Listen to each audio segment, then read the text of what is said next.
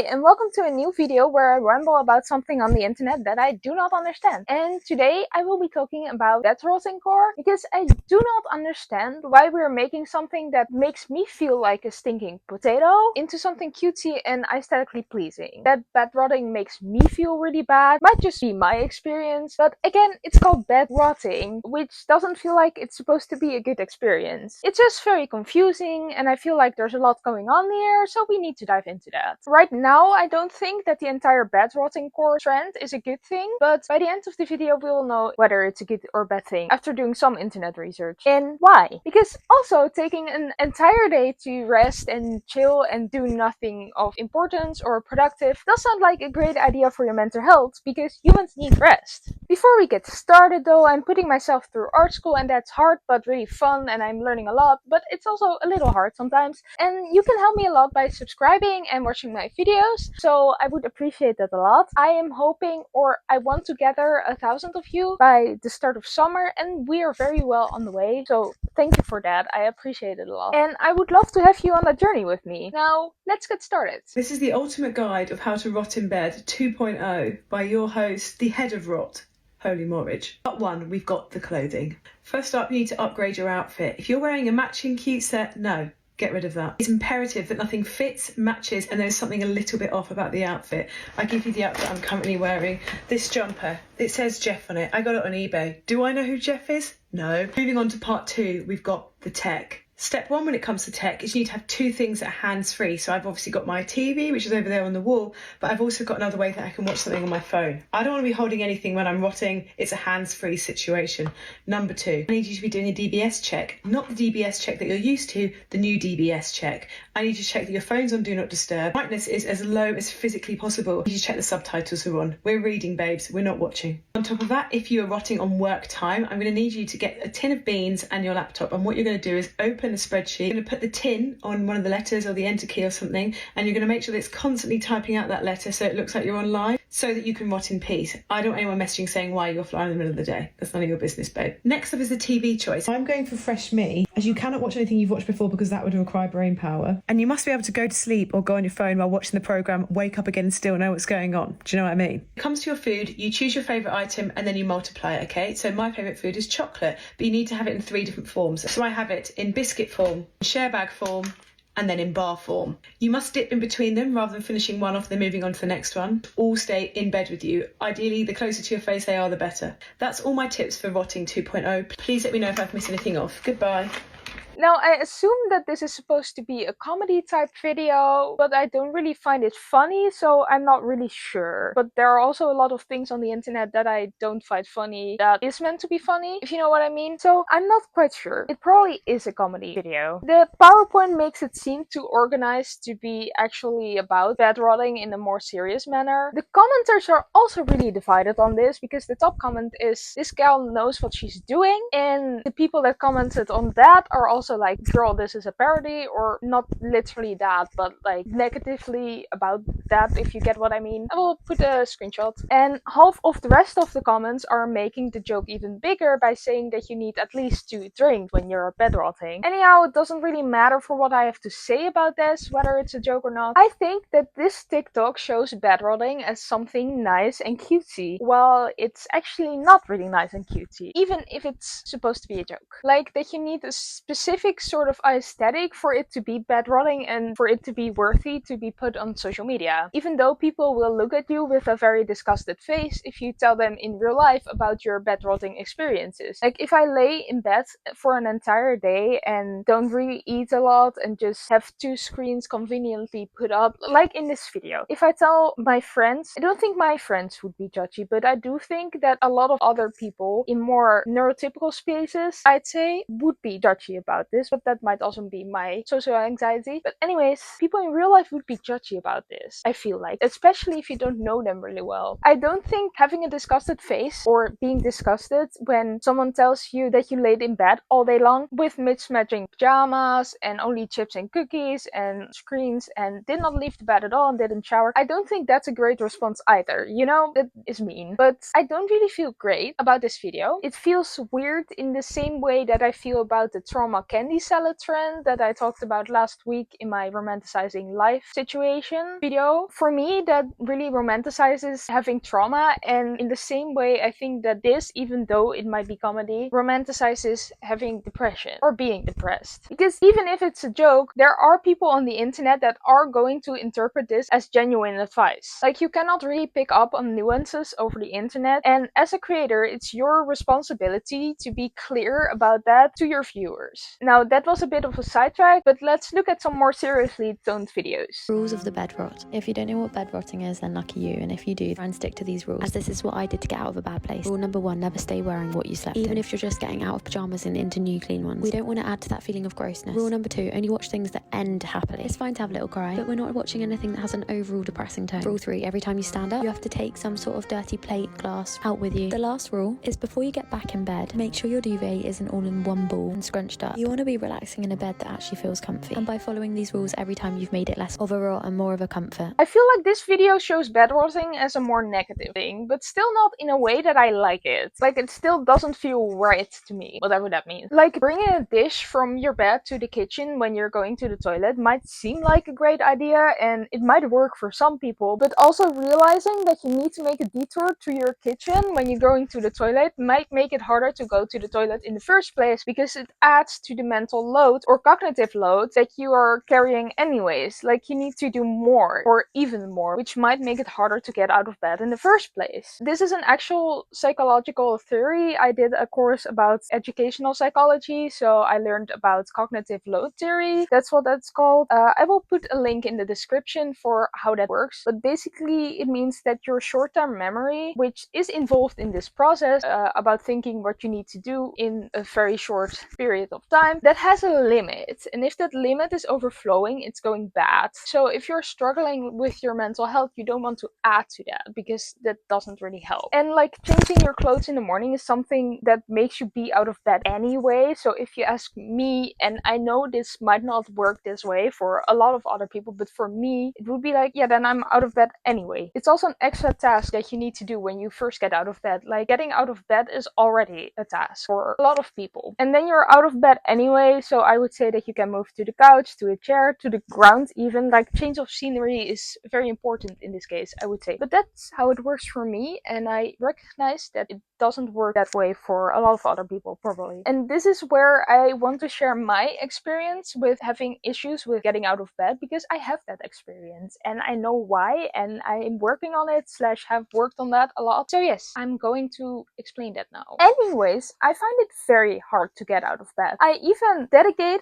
an entire chapter, the entire first chapter, called Mornings, in my zine book thing. It's thick zine about it, about how hard I find it to get out of bed. The reason I find it so hard to get out of bed in the morning is because I directly need to do so many things. I need to get dressed, choose what I'm wearing, I need to shower, I need to make breakfast, I probably also need to make lunch, I need to think about what I've planned for the day, I need to make sure that I leave my house on time, all that kind of stuff. And I know that everyone has those things, or almost everyone has those things, but yeah, I find that very hard. So I kind of procrastinate getting out of bed because I need to do all those things, because it's too much for my brain to understand. I have ADHD and I'm autistic, so that's probably why that's so hard for me. Because apparently for most neurotypical people, this is an automatic process. Like, brushing your teeth is something that neurotypical people don't have to consciously think about doing. They just do it. That's what I heard. I have no experience with that, of course, because I need to consciously think about that. I'm not a psychologist, so I cannot explain to you how that works exactly. But yeah, that makes it for me personally harder to get out of bed. So I have some experience with this, to the point that I stayed in bed like way too late for a lot of days in my life, which did not make me feel very good, because it makes you feel like a useless piece of, and I think that for me, that is what bed rotting actually means. But it's an internet trend, so we need to find out more about that from the internet later on in this video. But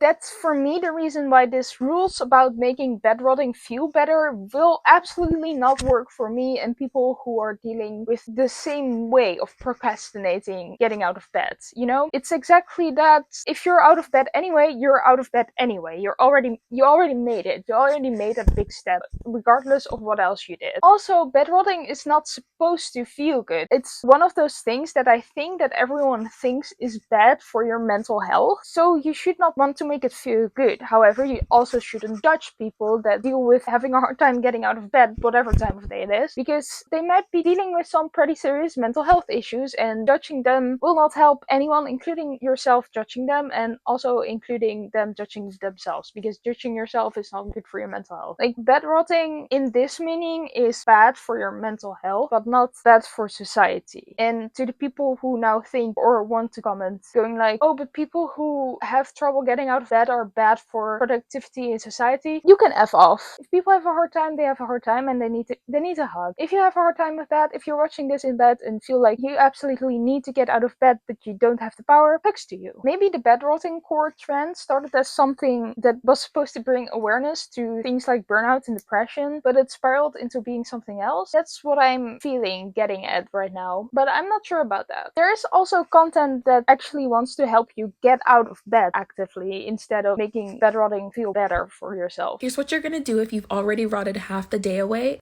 and you kind of regret it. Let's say you rotted until 3 p.m. From 3 to 3:10, you're gonna put your feet on the floor. That's gonna give you momentum to get up. You're gonna open your blinds, you're gonna pee, then you're gonna make your bed, and you're gonna stretch for 1 minute, just 1 minute. Then from 3:10 to 3:15, you're gonna change out of your PJs and into loungewear. Make sure this loungewear is indoor and outdoor friendly. Then from 3:15 to 4, you're gonna make your breakfast or your lunch, whatever you're craving. During that time, you're either gonna listen to a podcast, music, or ASMR, whatever your cup of tea is. And then you're gonna eat, but not in your sleeping area if you can. Then from 4:05 to 4:20, you're gonna take a really short walk, like 5, 10, or 15 minutes. If you think about it, that's only like about 3 to 5 songs worth. But this is necessary because you've been rotting in the dark for so many hours into the day. You want some sunlight exposure now to kind of reverse that a little bit. Then you're going to come back home from 4:30 to 6:30. You're going to do any digital to-dos you need to do, but not in your bedroom. So grab your laptop and sit in the living room, dining room, anything else. From 6:30 to 7, you're going to reward yourself with fun internet time. From 7 to 8 p.m., you're going to make your dinner and eat it, again, not in your sleeping area. From 8:15 to 9, you're going to shower, do your skincare, put on your PJs, and get a little sweet treat.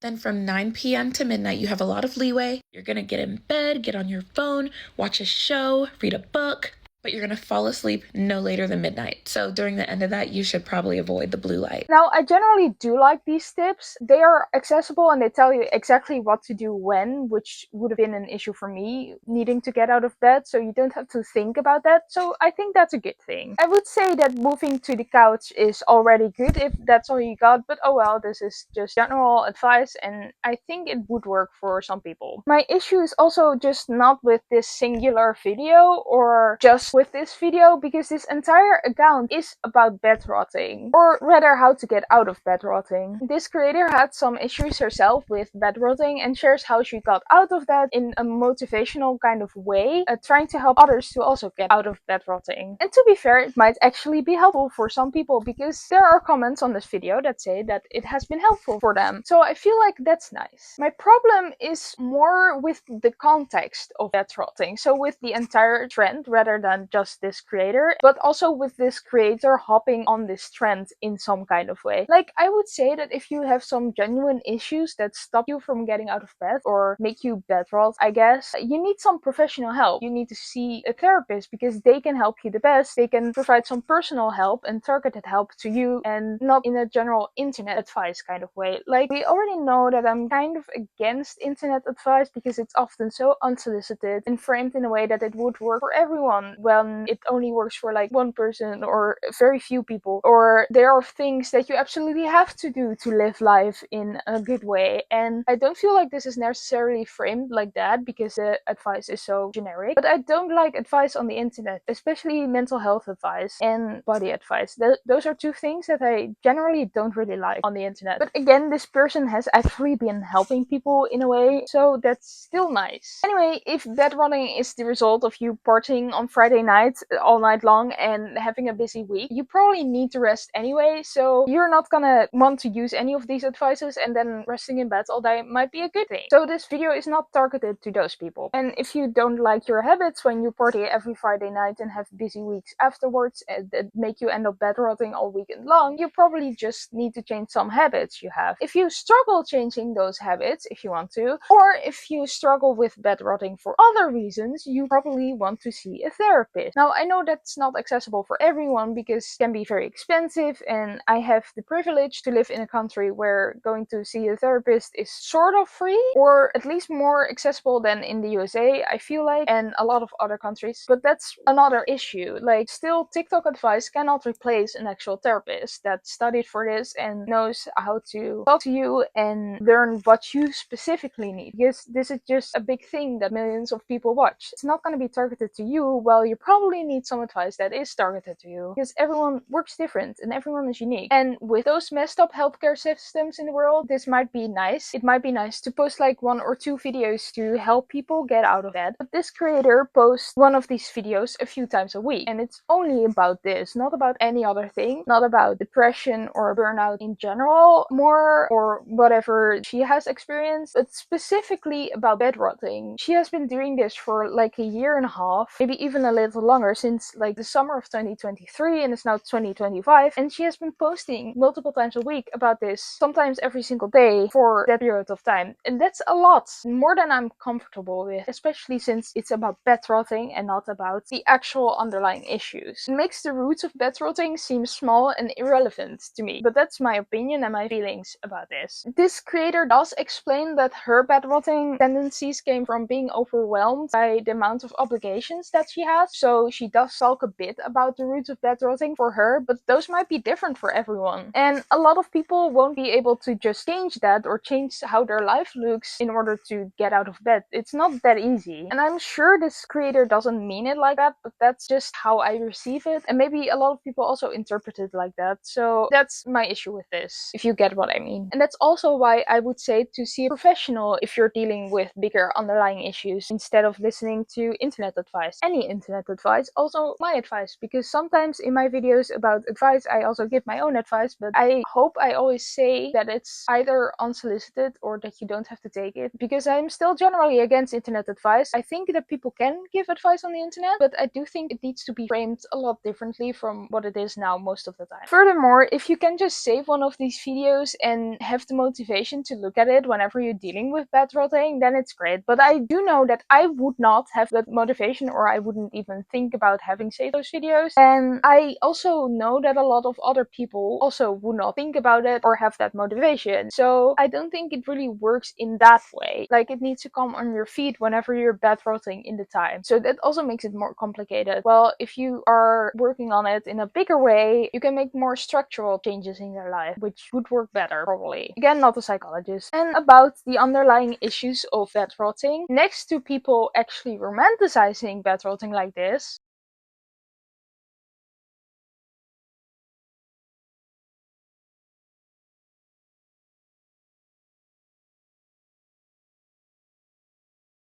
as for now, we also have people making videos like these.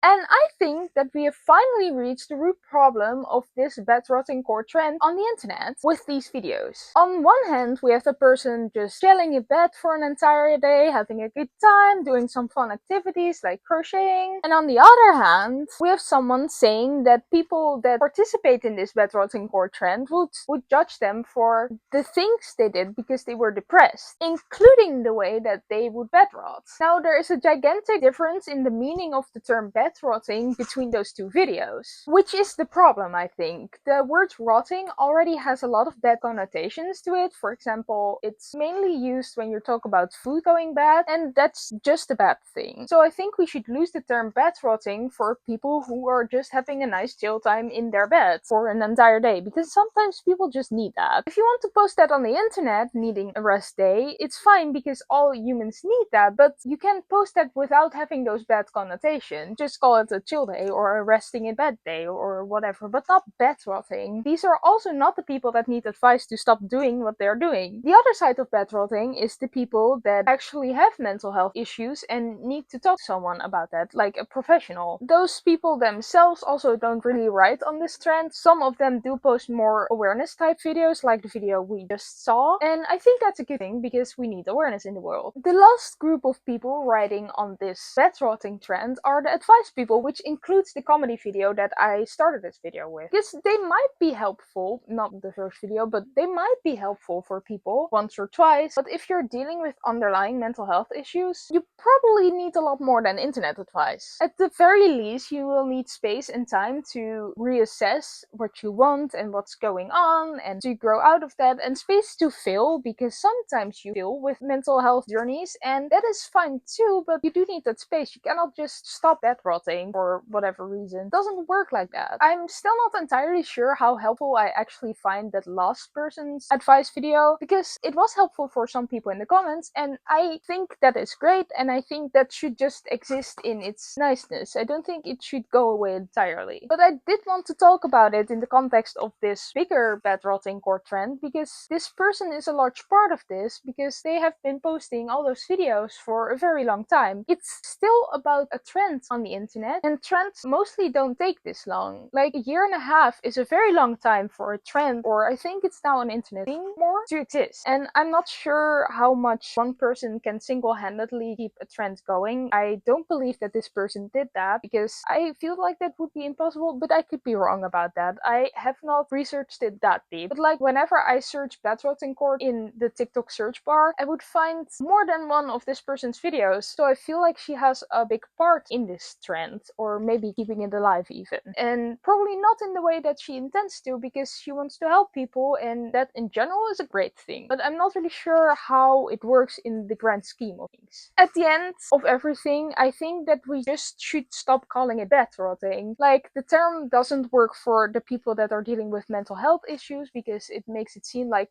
just a negative thing. Well, it's way more nuanced and bigger than that. And it doesn't work for the people that are just resting and having a rest day, because that also shouldn't be a negative thing, because maybe it's being made negative in this world we live in right now with all the fast-paced finance bros and being on the grind and whatever. But resting is very good for all humans, and some humans just need more rest than others, but everyone does need rest, because otherwise you're gonna run yourself into a burnout. Everyone can do that, and that's not great. It would be very bad for your mental health. So calling that bed rotting for people that are dealing with mental health issues is also not great, I feel like. So we should just lose the term bed rotting. I feel like that's my main takeaway from this video, but if you have different thoughts or thoughts in general, let me know in the comments. I would love to read that. Thank you for watching. If you like my video, I would appreciate it a lot if you could press those wonderful shiny like and subscribe buttons, and then I will see you next time. Ciao!